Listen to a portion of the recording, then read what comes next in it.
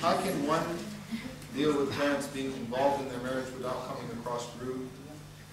Being a newlywed, I'm finding a little hard dealing with my in-laws, mother-in-law. I love and respect her as my mother, but would want space and privacy without any issues.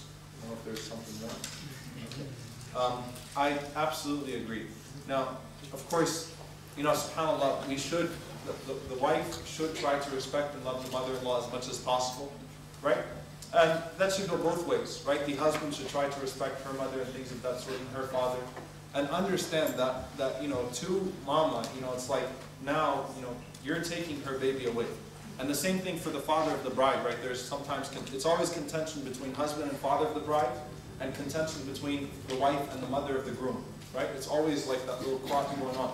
The reason being is that because, honestly, they feel like something's being taken away and things of that sort. With that being said, I think it is, subhanAllah, it is absolutely important to have privacy and to have space. It's a right of the spouse to demand a dwelling of her own in Islam, by the way.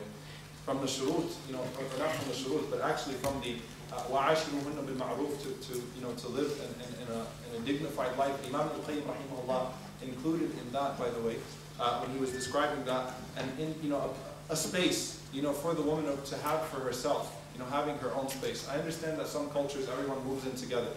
If everyone does move in, if everyone lives together, I don't personally recommend that, but I understand that some situations dictate that, right? Circumstances dictate that sometimes, especially with the financial crunch and those types of things. The wife does have a right to demand her space, okay? But, in order to make things work, and for the sake of Allah subhanahu wa ta'ala, to make things work with the mother-in-law is something that would work very, very, very well. But sometimes I think you can ask, but don't drive him crazy, because sometimes the husband's caught in between, just like the wife is caught in between her father and her husband. Sometimes the husband's caught in between his mom and his wife, right? Each one demanding more and more and more and more. So, in Islam, the way that we look at it is that, always try to give more and understand that Allah subhanahu wa ta'ala will compensate you on the Day of Judgment. Abdullah ibn Abbas radiallahu anhu, and I'll give this analogy and it should answer a few more questions here inshallah. Abdullah ibn Abbas radiallahu ta'ala anhu, before he would go into his home, he'd pull out his comb, he'd start combing his hair, he'd start fixing his clothes and things of that sort. And some of the Sahaba were making fun of him, right? Think about how odd that is. Usually whenever you get in the house, it's like, pull it all off, put it on the rack, wear what's ironically in America, it's called a white beater. Do you guys call it a white beater too? The white undershirt and things of that sort. It's called a white beater in America, by the way. Lay on the couch and then start demanding things and stuff like that. It's like, whatever, there's no sense of beautifying yourself inside of the house. And just like, subhanAllah, on the other side sometimes, the woman too, it's like the guy is outside and he's seeing all these billboards and all of this glamour and things of that sort. He's supposed to be lowering his gaze, but he's probably not, unfortunately. Right? He's seeing all kinds of things, and he's seeing what's the ideal woman, and we all know what harm that's caused to society. Then he walks into his house, and his wife comes out with baggy PJs and cream all over her face. Like, where have you been? It's like, so giving more in the house. So what did Abdullah ibn Abbas say? He said that I like to beautify myself for my wife just as I like for her to beautify herself for me. And he said, on the Day of Judgment, he said, Allah subhanahu wa ta'ala will ask everyone according to their rights. And he said, if there are two people, can you stand up so I can use you as an example? No, don't worry, no marriages. Okay, let's see.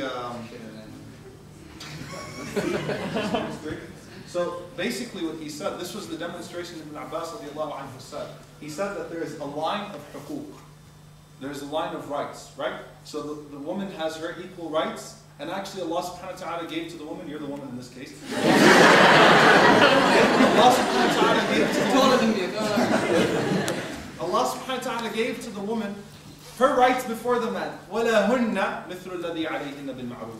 And for them is just like that which is upon them according to al-ma'ruf, according to that which is established, right? So she has her rights, you have your rights. If everyone claims their rights completely, then they'll be completely at that line, and it's going to be a very, very uncomfortable situation.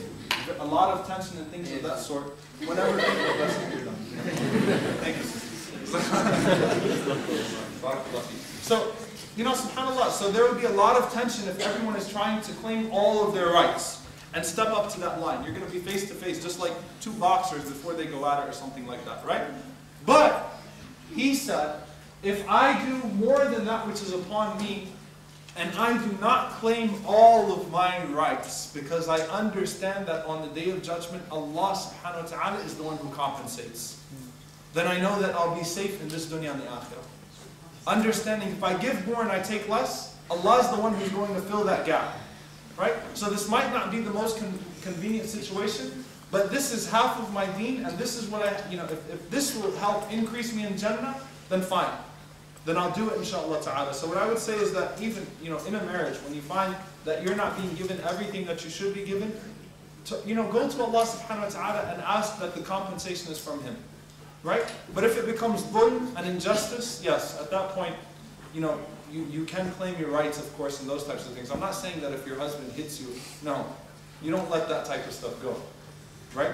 But I'm saying that, if you are nicer to him than he is to you, or you put in a little bit more effort than he puts in, or vice versa, then understand that Allah subhanahu wa ta'ala is the one who compensates at the end of the day. Same question.